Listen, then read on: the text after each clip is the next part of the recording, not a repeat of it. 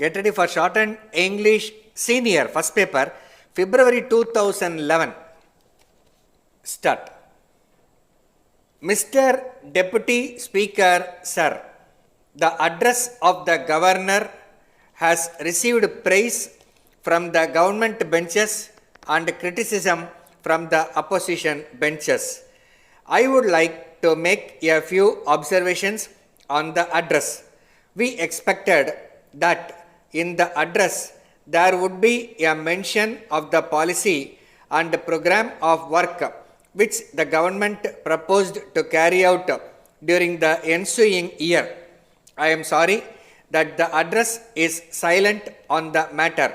However, there is one thing which is interesting, and that is the desire on the part of the ministers to get useful suggestions from honorable members of this house.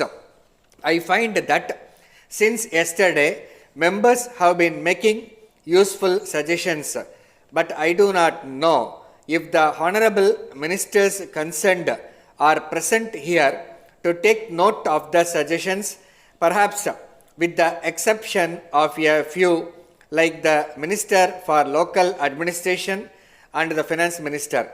I know the Finance Minister is present for the purpose of taking notes so that he may be able to answer any criticisms that may be made against the government.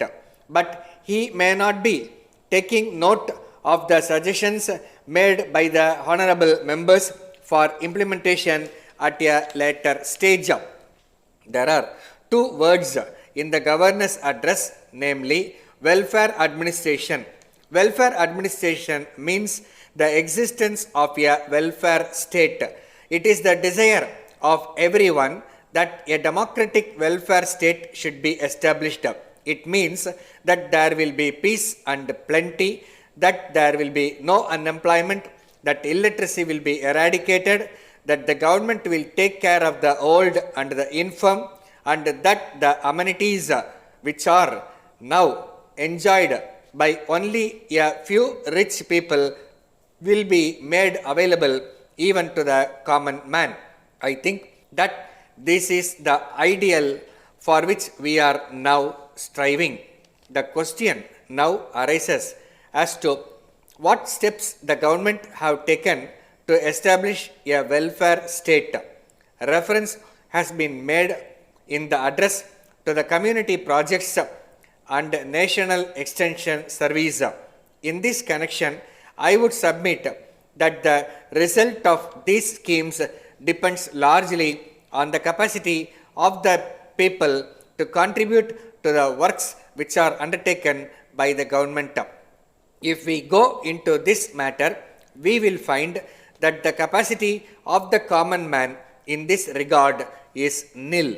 So, if we are asked whether the schemes have been a success with reference to the common man, we can only say no.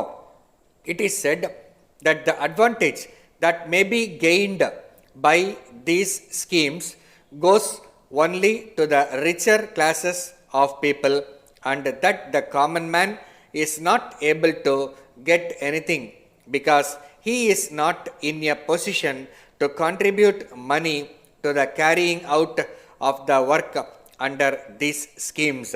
Then I would suggest that the salvation of our country lies in the formation of cooperative units.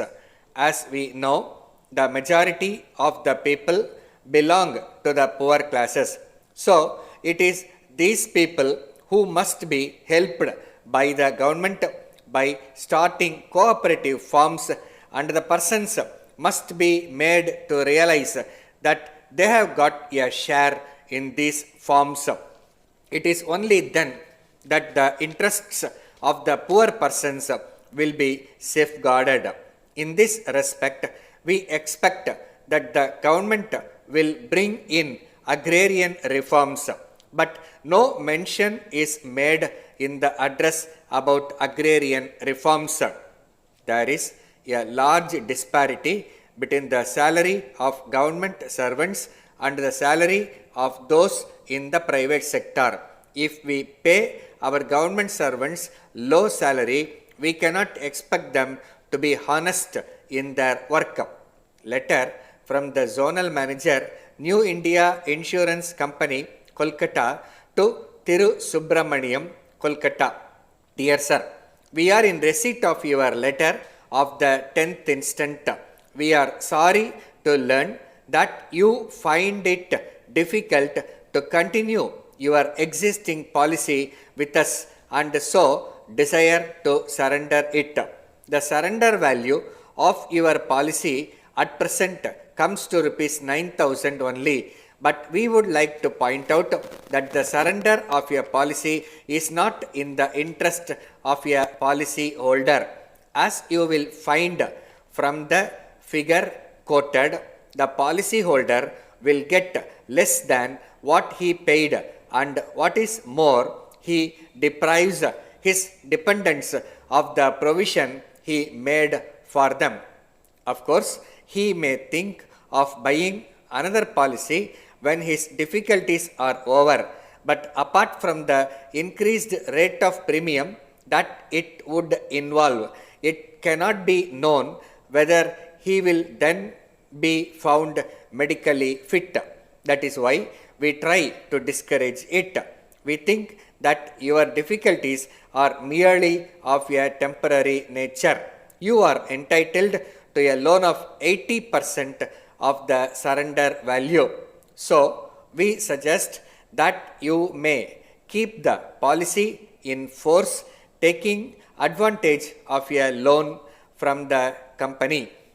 If you decide upon the course that we have suggested above, you may complete the enclosed loan application form and send it along with your policy to us. Yours faithfully. Stop.